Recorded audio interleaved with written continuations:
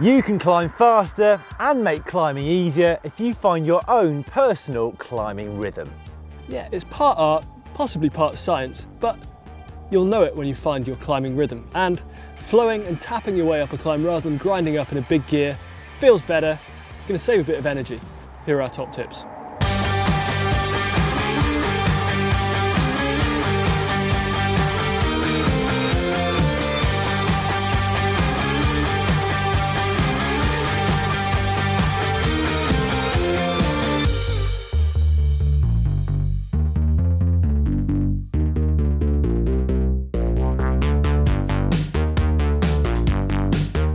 The first thing that you want to decipher is how hard the climb is, and indeed how much energy you've got left with which to tackle it.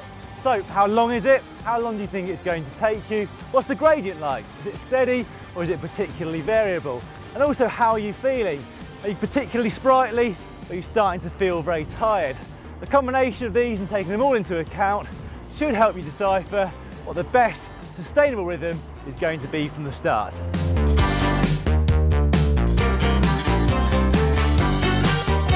Cadence is more of a training observation rather than a real measure of how tough your session has been, like power or heart rate, but it's critical when you talk about maintaining climbing rhythm.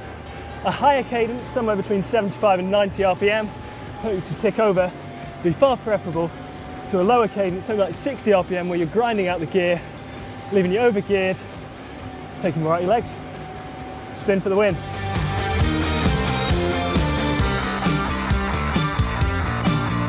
When you're thinking about climbing rhythm, you should also start to think about any points where you can pick up some extra speed. So are there some points in the climb where the gradient slackens off slightly? And if there are, what you should do is just keep the same cadence and rhythm by clicking down through the gears and picking up some speed. And what you'll find then is that also when you get to the next steeper section, that momentum will make it that little bit easier.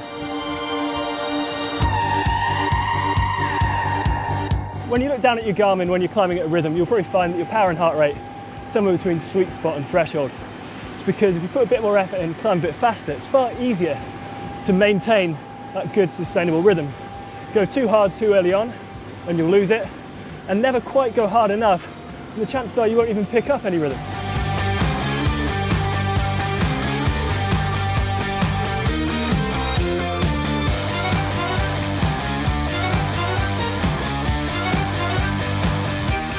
This next little tip comes a lot down to personal preference. However, it is more economical on longer climbs to stay seated in the saddle as much as you possibly can. That said though, if there are some steeper sections, it will do no harm to get out of the saddle for a few brief moments, or you could even get into a rhythm. Get out of the saddle every 2 minutes or so, and it might help to alleviate that little bit of stiffness or even pain that you feel in your legs and your back.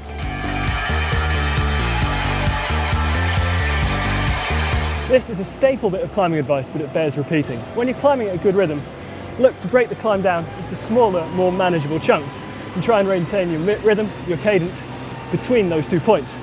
Things on the side of the road, mile markers if you have them, anything will do.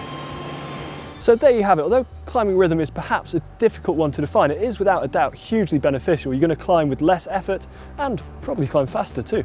Yeah, it's never going to be easy as such, just a little easier. Once you find that rhythm, it'll still be hard, but sustainable at least. Yeah, and I think for me the best bit about climbing is descending. So if you'd like to see some descending how-to videos, click right there. I'd like to focus more on the climbing still. We've got loads of how-tos on climbing. You can find them by clicking just down there. And finally, to subscribe to GCN, just click on Dan and myself. And like this video too. And share it.